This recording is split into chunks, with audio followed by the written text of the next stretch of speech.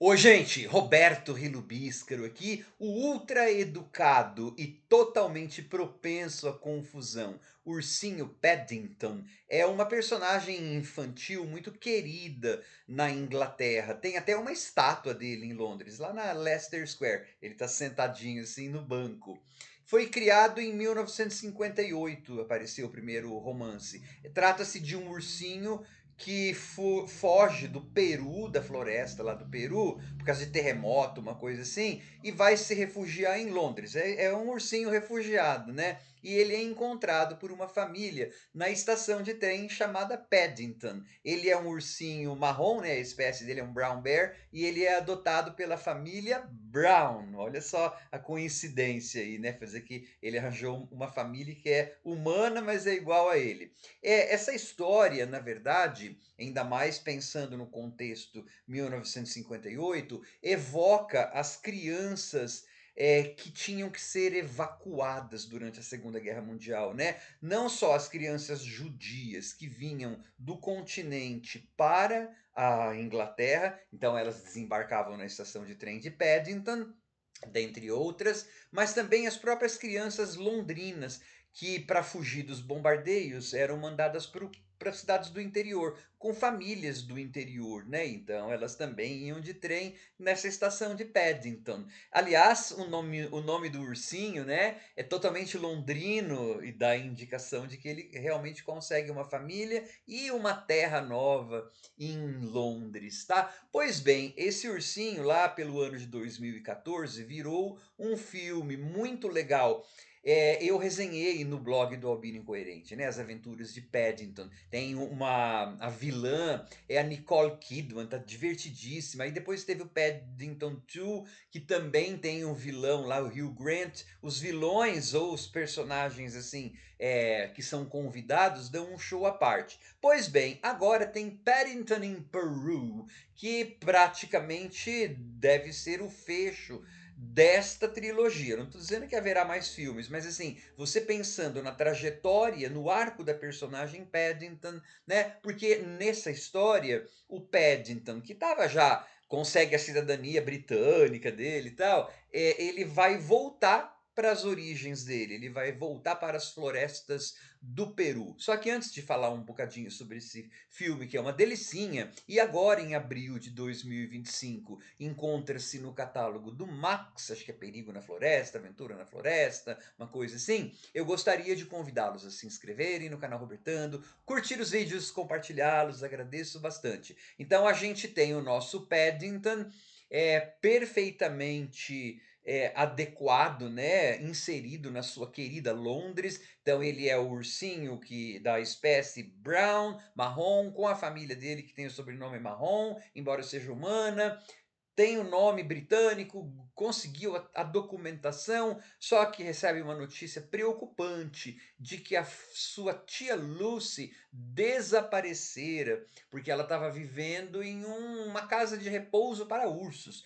E aí a madre superior escreve para a família, né, e aí dizendo que a tia dele sumiu. Então, o que que acontece? O nosso Paddington, com a sua família adotiva britânica, viaja para o Peru. Ou seja, de novo é o Paddington, peixe fora d'água, urso fora d'água. Porque ele crescer em Londres, estava um ursinho totalmente britânico, né? Só que aí você vai ter todo mundo peixe fora d'água, né? Porque aí vai a família excêntrica dele inteira. E todo mundo da família dele está com algum problema, né? A menina vai entrar para a universidade, tem que fazer um vídeo lá para ser melhor aceita na universidade, o garoto não está querendo fazer nada da vida, o pai, que é o Hugh Bonneville, Lord Grantham, está com um problema de novo, né, repetitivo inclusive isso aí nas histórias, ser um pouco mais corajoso, e a mãe da família que mudou, não é mais a Sally Hawkins, é outra atriz, é a Emily, esqueci o nome dela, mas está ótima, tá tendo que lidar com a síndrome do ninho vazio, dentre outras coisas. Pois bem, essa galera vai toda lá buscar vê se encontra a tia Lucy, e quem os recepciona no começo é a Madre Superiora, que é deliciosa e delirantemente interpretada pela Olivia Colman. Ou seja, a gente já tem a experiência dos 2 primeiros filmes, de que os atores convidados vão dar um show. A Olivia Colman, assim, ela rouba todas as cenas em que ela tá, inclusive a primeira, que quando ela vai recepcionar a família, ela começa a cantar com o violão, claro, isso é explícito, né, ela tá fazendo uma homenagem ao filme A Noviça Rebelde. E aí, então, o nosso, ursinho sai com a sua família de humanos para procurar a tia Lucy. Vira uma coisa meio Indiana Jones, Indiana Paddington. Só que a gente tem que lembrar que o próprio filme do Indiana Jones fora baseado naquelas aventuras na África dos anos 40. Então esse filme, assim, gente, ele é um daqueles filmes para família em que você vai ter essa aventura. Eles vão para a floresta em um barco. O capitão é o Antônio Bandeiras. Olha o sobrenome em inglês do cara, Mister Hunter, o senhor caçador. Imagina. Só que esse senhor caçador, o Mister Hunter, ele ouve vozes e, né, tem várias vozes na cabeça dele. Essas vozes se materializam, só que é sempre o Antônio Bandeiras. Então é assim, gente, é um filme que ele é consistentemente gostoso de assistir. Particularmente, eu prefiro os 2 primeiros, né. Mas já explico por quê.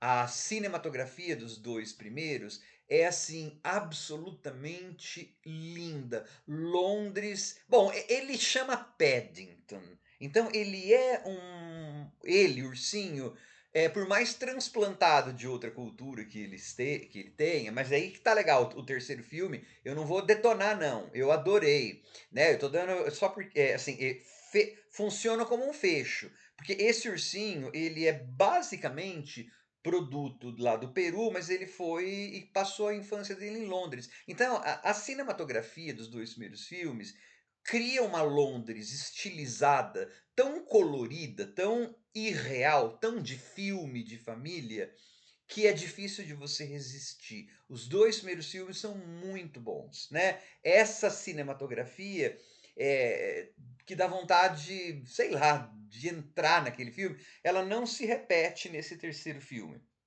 Então, de jeito nenhum que eu estou dizendo que seja um filme ruim, muito pelo contrário, ele é uma delícia, mas ele não tem a magia. Paddington é londrino, não tem jeito. Aliás, isso vai ser na resolução desse filme, porque uma hora ele vai ter que talvez tomar uma escolha, mas é o Paddington se ajeitando com a situação dele de imigrante, de viver em 2 mundos, de ter sempre essa coisa, né, você pode ir para um mundo X, mesmo sendo no mundo Y, mas no final você vai ser desses 2 mundos, e é sobre famílias que você escolhe, famílias que te acolhem, que não necessariamente precisa ser família, biológica. E claro, né, pairando acima de tudo isso, a Olivia Colman, que está roubando todas as cenas e se divertindo muito. Outro motivo pelo qual esse filme não é tão bom quanto os 2 primeiros, é porque, assim, não dá para negar que quando a família britânica, né, de humanos, está lá na floresta amazônica, e tem outros personagens que aparecem e tal, nem todo mundo consegue ser tão bem aproveitado quanto nos filmes, anteriores. Então é assim, é uma trilogia e se você viu os 2 filmes, anteriores, você vai perceber que sim, o nosso ursinho, ele tem um arco dramático, ele tem um caminho aí, né. Os outros personagens não, mas ele tem. Mas é ele que a gente se interessa, chama-se Paddington, né. Nesse filme, nesse terceiro, as outras personagens ficam um pouco a esmo, né, ou é repetido, como no caso do pai, né. Então, assim, são esses detalhes que fazem com que esse terceiro filme não seja tão gostoso quanto os 2 primeiros.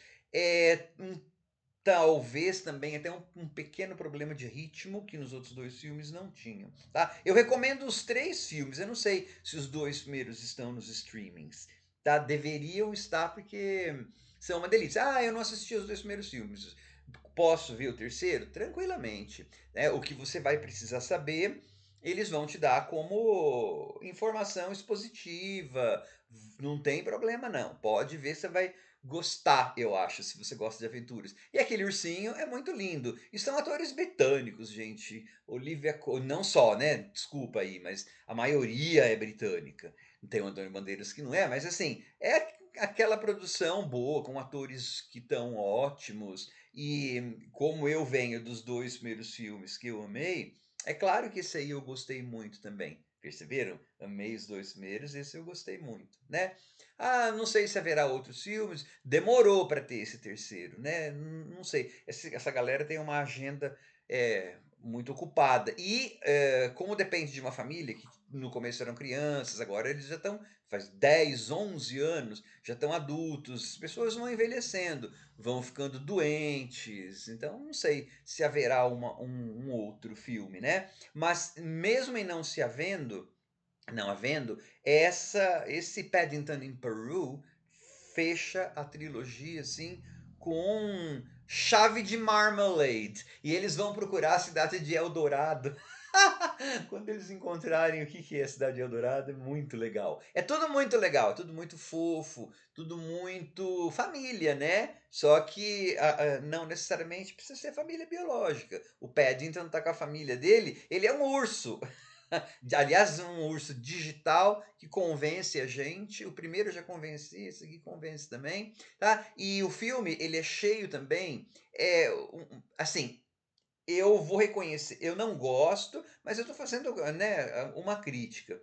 Uma das coisas pelas quais o Paddington é famoso é pela fisicalidade do humor daquele ursinho, porque ele sempre se mete em confusão, né? Tanto é que no começo desse filme, quando ele vai tirar uma foto lá daqueles que você tira sozinho, não sei o quê, nossa, ele faz um regaço dentro daquela cabine, derruba tudo, é um furdunço, né? Imagina numa floresta ele meio desacostumado, porque é um ursinho urbano, o que que isso não poderia surtir de efeito dramático para comicidade? Eles não aproveitam isso, né? E é claro, a gente sabe que esse tipo de humor físico, slapstick, chama em inglês, pastelão, vem lá do Buster Keaton, do Carlitos, né? Do Charles Chaplin. Então, assim, ele é um filme que nessa terceira coisa e prestação, ele não abraçou essa característica mais a fundo. Pessoalmente, eu não tenho nada contra isso, porque eu não gosto muito desse tipo de humor, né? Mas agora, como filme para criança e como uma característica de homogeneização desta trilogia, então a partir de uma perspectiva crítica, eu não posso deixar de notar que também é uma coisinha que deixou de lado, né, dos outros filmes, tá? São detalhezinhos, né, que fazem com que esta última, eu vou dizer última, porque mesmo que eles façam um outro filme, esse arco dramático do ursinho fechou. Então isso é uma trilogia. Seja um pouquinho menos ótima do que os outros filmes, tá? Mas em nenhum momento eu posso dizer que é um filme muito legal. E tem o Jim Broadbent, que aparece numa pontinha, Julie Walters, é aí que tá. Quanta gente que não deu para ser aproveitada nessa aí, né? Então são várias coisinhas que fazem com que a gente prefira os 2 primeiros. E talvez seja um indicativo de que acho que uma trilogia talvez esteja bom. Talvez não precise de mais. Ou começa-se outra trilogia, mas aí precisa ver que tema que teremos. Veremos, pessoal. Por enquanto, divirta-se com a Olivia Colman e essa galera aí, porque é muito legal. Tchau.